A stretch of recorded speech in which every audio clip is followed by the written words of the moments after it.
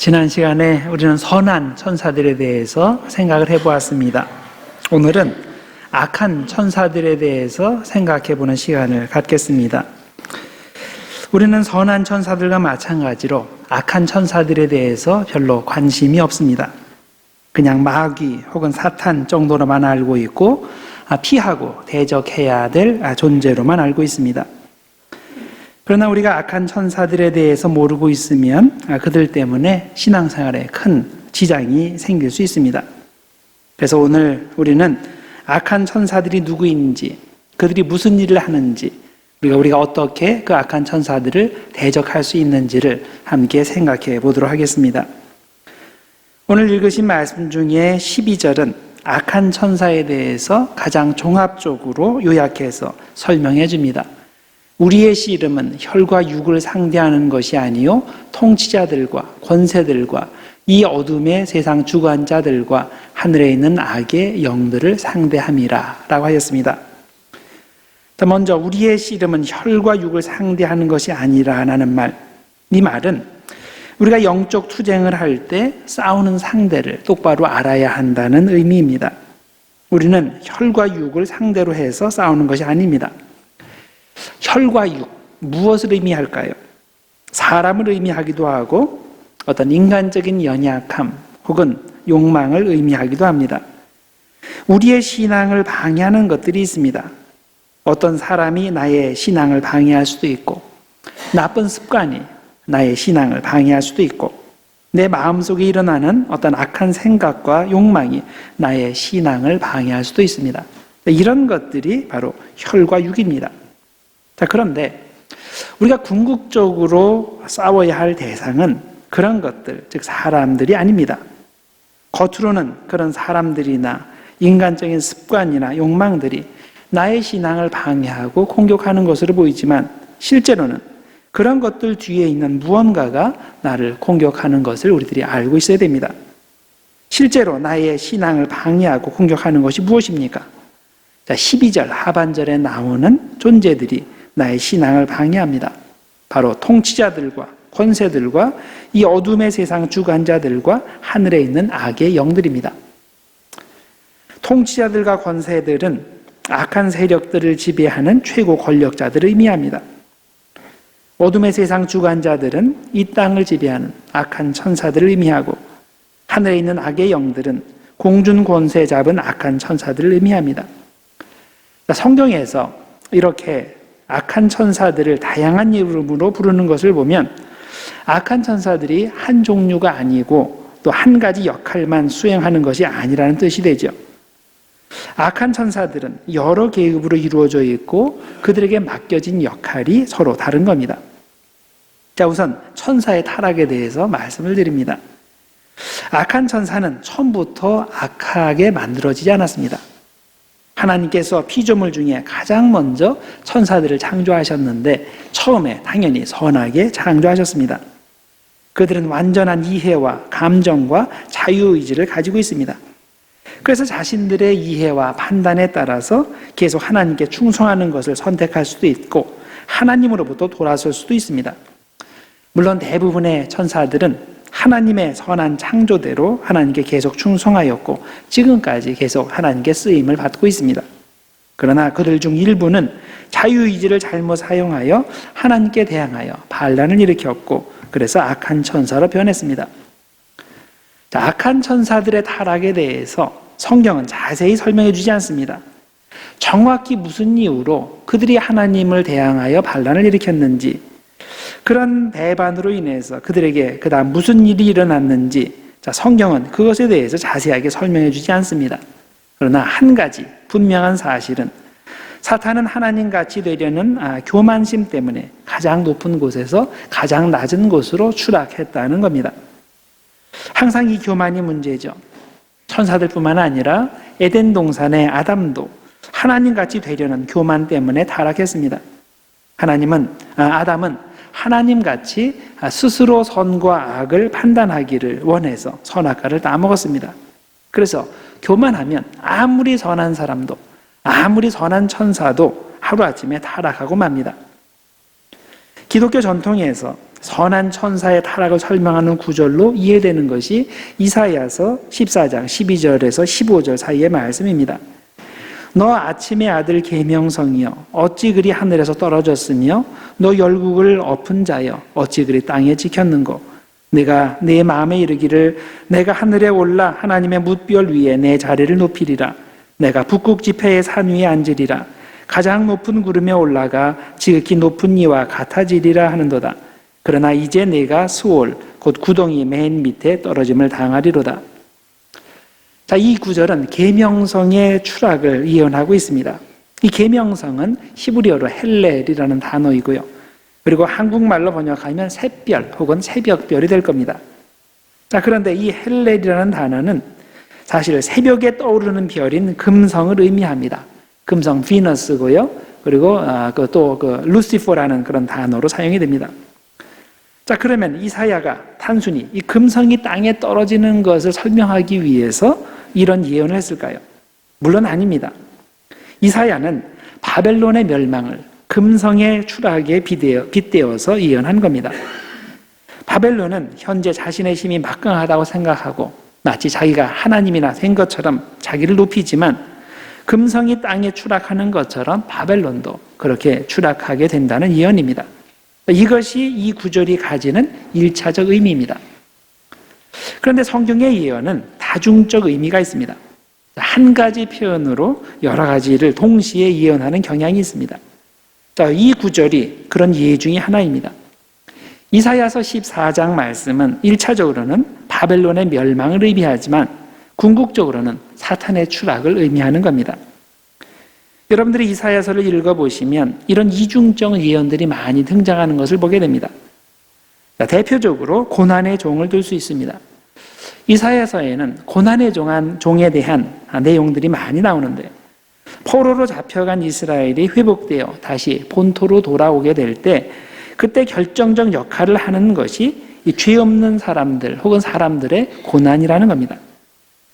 그런데 기독교에서 해석을 할 때 기독교의 해석 방법에 의하면 이런 예언은 단순히 이스라엘이 회복되는 것만을 의미하는 것이 아니라 십자가를 지신 그리스도를 통해 온 인류가 회복되고 구원받는 것도 동시에 의미하는 것입니다.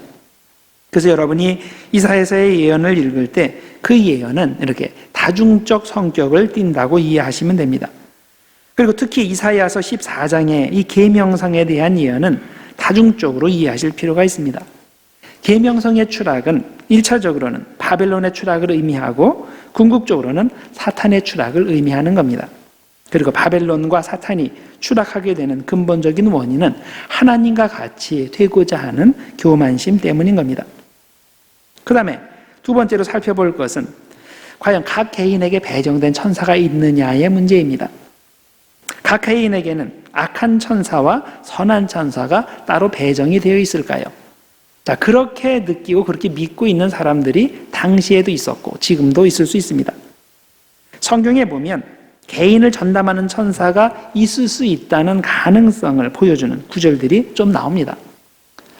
먼저 사도행전 12장에 보면 베드로가 감옥에 갇혀 있다가 천사가 나타나서 기적적으로 베드로를 구출하는 그런 이야기가 나오죠. 이때 베드로가 그 감옥에서 나와서 간 곳이 마가의 어머니 마리아의 집으로 갔습니다. 베드로가 감옥에 갇혀 있는 동안에 로마 교회의 교인들은 이 베드로를 위해서 간절히 모여서 기도하고 있었는데, 그런데 그 집을 이제 베드로가 찾아가서 그 집의 문을 두드린 거죠. 자, 이때 사람들은 이 밖에서 문을 두드리고 있는 사람이 베드로가 아니라 베드로의 천사다라고 하는 그런 구절이 나옵니다. 사도행전 12장 14절과 15절입니다.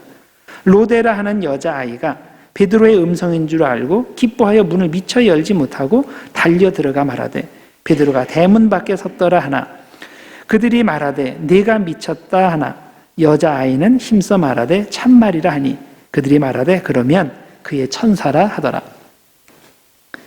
또 마태복음 18장 10절에 보면 아이들을 돌보는 천사들에 대해서 예수님께서 이런 말씀을 하신 적이 있습니다. 삼가 이 작은 자 중에 하나도 업신여기지 말라. 너희에게 말하노니 그들의 천사들이 하늘에 계신 내 아버지의 얼굴을 항상 배움느니라. 예수님께서 어린아이를 한 명 앞에 두시고 이와 같이 작은 자, 어린아이를 실족하게 하지 말라고 하시면서 말씀하신 내용이죠. 자, 왜 이 작은 자들 업신여기지 말아야 됩니까? 그 이유는 그들의 천사들이 하늘에 있기 때문이다 라고 하시는 거죠. 혹시 이런 표현이 각 어린이마다 돌보는 천사가 따로 있다는 말일까요? 자, 성경은 이에 대해서 분명하게 가르쳐주지 않습니다. 그럴 수도 있고 안 그럴 수도 있습니다. 그런데 그렇지 않을 확률이 훨씬 큽니다. 마리아의 집 앞에서 문을 두드리는 이 베드로의 경우에 사람들이 정말 베드로의 천사가 나타났다고 생각해서 그 말을 한 것일까요? 그랬다기보다는 그 시간에는 절대 베드로가 자기들을 찾아올 리 없다는 것을 그런 식으로 표현했다고 이해하는 것이 자연스럽습니다. 또 어린아이들을 돌보는 하늘의 천사들에 대한 언급에서도 우리는 그 정도까지만 이해하면 되지, 그런 천사들이 개별적으로 전담하는 어린아이가 한 명씩 있다는 식으로 이해할 필요까지는 없습니다. 만일 그랬다면, 그리고 그런 개별 천사가 존재한다는 것이 중요했다면 성경에서 분명하게 그렇게 가르쳤을 겁니다.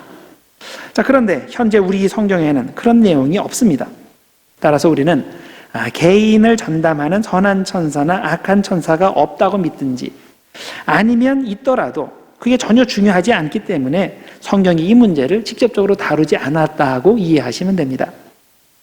우리가 성경을 통해 알고 있어야 하는 것은 우리가 이 세상에서 하나님의 자녀로, 하나님의 아이들로 살아갈 때 선한 천사들은 우리가 천국의 길을 가는 데 도움을 주지만 악한 천사들은 우리를 방해하고 넘어뜨린다는 사실입니다. 우리는 이 사실을 알고 적절히 대처하면 되는 것입니다. 자, 그 다음 살펴볼 것은 악한 천사가 무슨 일을 하는가입니다. 첫 번째로 악한 천사는 세상을 주관합니다. 우리의 씨름은 혈과 육을 상대하는 것이 아니요 통치자들과 권세들과 이 어둠의 세상 주관자들을 상대함이라. 자, 오늘 이것이 말씀인데요, 여기에 보면 이 어둠의 세상 주관자들이라는 표현이 나옵니다. 자, 악한 천사는 우리가 사는 이 세상의 일들에 상당히 깊이 관여합니다. 부정적으로 깊게 관여하죠. 그래서 세상의 주관자들로 불립니다. 복음서에 보면 예수님께서 공생애를 시작하시기 전에 사탄에게 시험 받으시는 장면이 나옵니다. 예수님께서 3번 사탄에게 시험을 받으셨는데 이때 한 번은 사탄이 예수님을 높은 곳으로 이끌고 올라가서 순식간에 천한만국을 쫙 보여주면서 나에게 절하라, 그럼 다 주겠다, 이렇게 유혹하는 그런 장면이 나오죠. 누가복음은 이것을 2번째 시험으로 설명하였고 마태복음은 이것을 3번째 시험으로 설명했습니다. 여기에서 사탄은 이 세상에 있는 모든 것과 모든 영광이 자기 것이라고 말했습니다. 자, 누가복음 4장 5절과 6절의 그 내용입니다. 마귀가 또 예수를 이끌고 올라가서 순식간에 천하만국을 보이며 이르되 이 모든 권위와 그 영광을 내가 네게 주리라. 왜? 이것은 내가 내게 넘겨준 것이므로 내가 원하는 자에게 줄 수 있다. 자, 정말 사탄의 말대로 이 세상과 세상의 영광이 사탄의 것일까요? 그렇지 않습니다. 세상의 모든 것은 하나님의 것입니다. 사탄이 거짓말을 하고 있는 거죠. 단지 사탄이 이런 거짓말을 할 수 있는 이유는 사람들의 눈에 충분히 그렇게 보일 수 있기 때문입니다. 사탄은 원래 선한 천사였기 때문에 타락한 후에도 어느 정도 천사의 능력을 소유하고 있고 실제로 사람들에게 나쁜 사람들을 나쁜 쪽으로 영향을 미치게 됩니다. 그 다음에 사탄이 또 하는 일은 사람들을 유혹하고 공격하는 일을 합니다. 사탄은 우리를 너무나 잘 알고 있습니다. 내가 어디가 강한지, 어디가 약한지 이것을 잘 알고 있습니다. 그리고 상황이 무르익을 때 우리의 약한 곳을 반드시 공격해 들어옵니다. 누가복음 22장 3절에 보면 가룟 유다에게 사탄이 들어가고 그 다음에 유다가 대제사장들과 성전 경비 대장들에게 가서 예수를 어떻게 팔아넘길까 의논하는 그런 이야기가 나옵니다. 자, 그런데 사탄이 다른 때에 유다 마음속으로 들어가지 않고 왜 이때 유다 마음속으로 들어갔을까요? 상황이 무르익었기 때문입니다. 유다가 한참 예수님에 대해 실망하고 있을 때, 또 유대인들이 예수님을 잡아 죽일 준비가 되어 있을 때 사탄은 그때를 놓치지 않고 유다의 마음속으로 들어간 겁니다. 사도행전 5장에 보면 아나니아와 삽비라가 성령을 속이고 하나님께 드리는 헌금에 대해 거짓말하다가 죽는 이야기가 나옵니다. 자, 그중 5장 3절에 보면 베드로가 이런 말을 했습니다. 아나니아야, 어찌하여 사탄이 내 마음에 가득하여 내가 성령을 속이고 땅값 얼마를 감추었느냐. 아나니아가 하나님께 거짓말을 한 이유는 사탄이 그의 마음속에 들어갔기 때문입니다. 그리고 그가 사탄을 물리치지 않고 사탄의 생각을 계속 품었기 때문에 사탄이 그의 마음을 완전히 장악한 겁니다. 그러면 이 아나니아라는 사람이 처음 믿을 때부터 사탄이 그렇게 들어가 있었을까요? 당연히 아닙니다. 그는 처음 예수 믿을 때 믿음이 훌륭한 사람이었습니다. 왜냐하면 그는 재산을 가진 사람이었는데 당시 그런 재산이 있는 사람이 예수 믿는 결단을 한다는 것은 믿음이 없으면 할 수 없는 일이기 때문입니다. 재산이 없는 사람은 당시의 불법 종교인 기독교를 믿어도 큰 위험이 없습니다. 원래부터 가진 것이 없기 때문에 잃을 것도 없는 겁니다. 그러나 재산이 있는 사람은 다릅니다. 불법 종교인 기독교를 믿는 것이 대단히 위험한 일입니다. 왜냐하면 기독교 믿는 것이 발각이 되면 재산권이 그 즉시로 정지되기 때문입니다. 그래서 우리는 아나니아가 적어도 처음 믿을 때는 믿음이 좋았던 사람이라는 것을 우리들이 충분히 추측할 수 있습니다. 그러나 어느 정도 시간이 지난 후에는 사탄이 그 마음속으로 들어가서 그에게 잘못된 경쟁 심리를 심어 주었던 겁니다. 바나바가 자기 재산을 다 팔았어? 그래서 많은 사람들이 그 사람을 칭찬해? 그러면 나도 그렇게 해야지. 내가 바나바에게 지면 되겠어? 나도 칭찬을 충분히 받을 수 있어. 자, 이런 생각을 하며 그도 재산을 팔았습니다. 그런데 그 판 돈을 다 바치기는 너무나 아깝고 그래서 일부를 감추어 두고 나머지를 하나님께 드리면서 이것이 다입니다 라고 거짓말을 한 거죠. 사탄은 기가 막히게 타이밍을 잘 잡습니다. 정확히 어떤 상황에서 언제 어느 부분을 공격해야 되는지를 잘 알고 있습니다. 탐심이 있는 사람에게는 그가 가장 큰 돈을 벌 수 있는 그 시점에 공격합니다. 이성에 약한 사람은 그가 가장 성적으로 외로움을 느낄 때 공격합니다. 각자 약한 부분이 다 따로 있습니다. 우리는 사탄의 공격을 받지 않기 위해서 그 약한 부분을 특별히 잘 지켜야 됩니다. 그리고 그런 공격을 받을 만한 상황을 만들지 말아야 됩니다. 그래야 사탄의 공격을 면할 수 있습니다. 자, 그러면 악한 천사 사탄의 공격을 받을 때 우리가 어떻게 그것을 이겨낼 수 있을까요? 첫 번째는 하나님의 전신갑주를 입어야 됩니다. 자, 오늘 그 성경 말씀이 이렇게 가르치고 있죠. 구원의 투구로 모든 의심을 물리치고 믿음의 방패로 사탄의 불화살을 막아내고 말씀의 검으로 사탄의 졸개들을 물리치고 열심히 전도하고 열심히 기도하고 등등 여러 가지 설명이 나옵니다. 자, 한마디로 요약하면 하나님께서 우리에게 주신 모든 은총의 수단들을 사용해서 온전한 성화에 이르도록 열심히 신앙생활을 해야 한다는 말입니다. 자, 그리고 두 번째로 우리는 항상 성령 안에서 깨어서 기도해야 됩니다. 오늘 읽으신 말씀에 그 내용이 나오죠. 에베소서 6장 18절 모든 기도와 간구를 하되 항상 성령 안에서 기도하고 이를 위하여 깨어 구하기를 항상 힘쓰라 라고 하였습니다. 여러분, 사탄은 기회 있을 때마다 우리를 시험하는데 우리는 사탄의 작전을 잘 알고 있어야 됩니다. 그래야 사탄의 공격에 물러지지 않습니다. 자, 그러면 언제 사탄이 우리를 시험하고 공격합니까? 첫 번째로 우리가 영적으로 나태할 때 사탄은 그때를 놓치지 않고 우리를 공격합니다. 우리가 특별히 기도하지 않아도 일이 잘 풀릴 때, 특별히 성령 안에서 주님과 동행하지 않아도 별 큰일 없을 때 사탄은 그때를 놓치지 않고 우리를 공격합니다. 자, 다윗이 간음죄를 저질렀을 때를 한번 생각해 봅시다. 그가 한창 사울의 추격을 받아서 도망자 신세로 살 때 그런 죄를 졌습니까? 아니죠. 그가 새로운 왕국을 건설하기 위해서 매번 전쟁에 나가서 치열한 전투를 벌여야 됐을 때 그때 이런 유혹을 당했어요? 아니죠. 그가 간음죄를 저지른 때는 모든 것이 평안할 때였습니다. 자기가 손수 직접 나가서 전쟁을 치르지 않아도 부하 장군들이 알아서 다 전쟁 수행하고 승리를 거둘 때 그는 간음죄를 저지르게 된 겁니다. 여러분, 신앙이 나태할 때가 우리가 가장 위험한 때라는 것을 아셔야 됩니다. 이때가 내가 시험받을 가장 약한 시기인 겁니다. 아이들이 다 자라서 큰 신경 쓰지 않아도 될 때, 재정적으로 넉넉해져서 생활이 편안해질 때, 이제는 밤새 일하지 않아도 사업이 잘 될 때, 우리는 그때 조심해야 하는 겁니다. 그때 반드시 사탄이 공격해 들어오는데 우리는 그것을 미리 기대하고 있어야 되는 거예요. 당연히 그래야 되는 걸로 알고 기대하고, 그래서 우리가 그 사탄을 방비해야 되는 겁니다. 사탄은 우리의 믿음을 무너뜨리기 위해서 공격하지만 그게 안 되면 적어도 우리의 믿음을 약하게 만들기 위해서 노력합니다. 그래서 영적으로 나태하게 될 때, 그때가 가장 위험한 때라는 것을 아셔야 됩니다. 두 번째, 우리가 교만하게 될 때 사탄이 그때를 놓치지 않고 반드시 공격합니다. 나는 신앙이 좋아서 사탄이 나를 공격하지 못해. 우리 교회에서 나 정도면 아주 그 신앙이 좋은 사람이기 때문에 사탄도 나를 별로 크게 건들지는 못할 거야. 나는 괜찮아. 이런 마음이 들 때, 그때 우리는 사탄의 공격을 받는다는 것을 알아야 됩니다. 왜냐하면 가장 큰 시험의 때는 시험이 없을 때이기 때문입니다. 다시 말해서 우리에게 가장 영적으로 위험한 때는 나에게 더 이상 시험이 없다고 느낄 때인 겁니다. 그래서 시험이 없다고 좋아하시면 안 됩니다. 시험이 없는 것은 복이 아니라 재앙이 될 경우가 상당하기 때문입니다.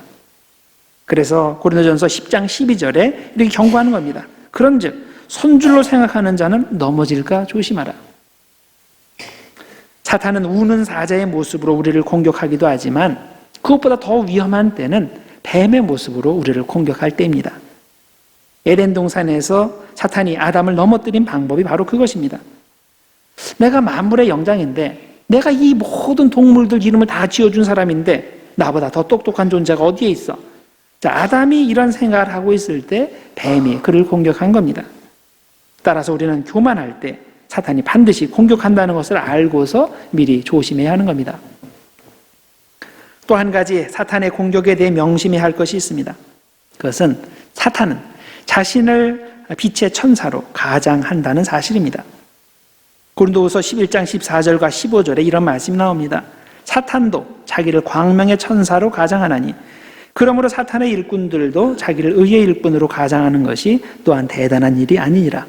대단한 일이 아니니라 쉽다는 얘기죠. 아주 생각만 하면 충분히 할 수 있다는 얘기입니다. 선한 천사가 타락해서 악한 천사로 변할 때 겉모양이 그렇게 크게 변한 게 아닙니다. 겉은 별로 변하지 않았지만 속이 변한 겁니다. 사탄은 원래 천사였기 때문에 선한 천사는 어떤 모습을 하고 어떤 행동을 하는지 너무나 잘 알고 있습니다. 그래서 사탄에게는 선한 천사 모습을 하는 것은 전혀 어렵지 않은 일입니다. 여러분 주변에 사기꾼들 있죠?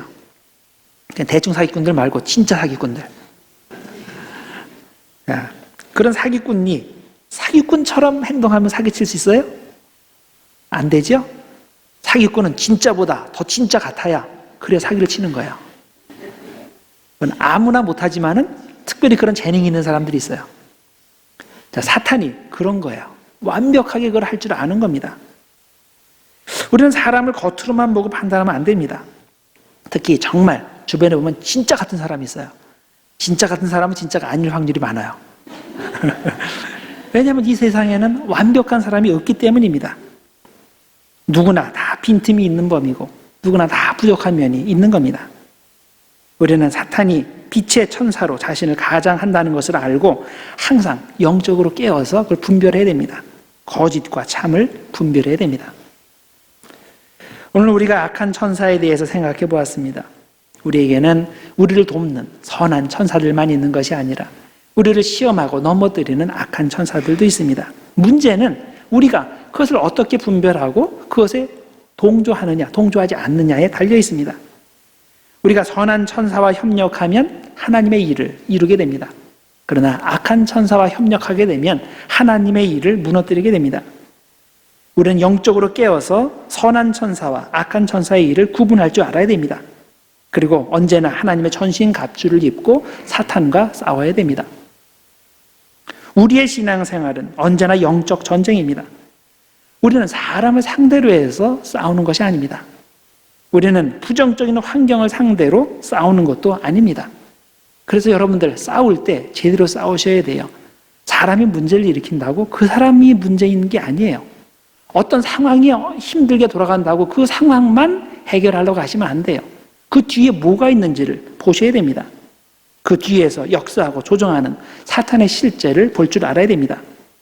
그래서 항상 영적으로 깨어서 하나님의 전신갑주를 입고 사탄에 대항해서 싸우는, 그래서 이곳에 하나님의 나라를 건설하는 우리 모두가 되기를 주님의 이름으로 축원합니다. 기도하겠습니다. 하나님 아버지 감사합니다. 오늘도 주님의 말씀을 통해서 나 자신을 돌아보게 하시고 또 내가 어떻게 신앙생활 하는지를 생각하게 하시니 감사합니다.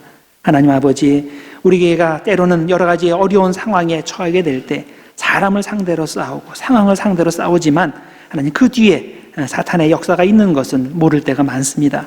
하나님 아버지, 똑바로 이것을 알게 하시고 악한 세력이 그 뒤에서 조종하는 것을 보게 하시고 그것을 상대로 하는 영적 전쟁을 치를 수 있도록 주님 인도하여 주시옵소서.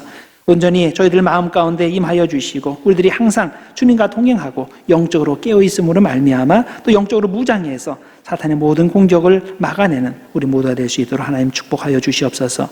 예수님의 이름으로 기도드렸나이다. 아멘.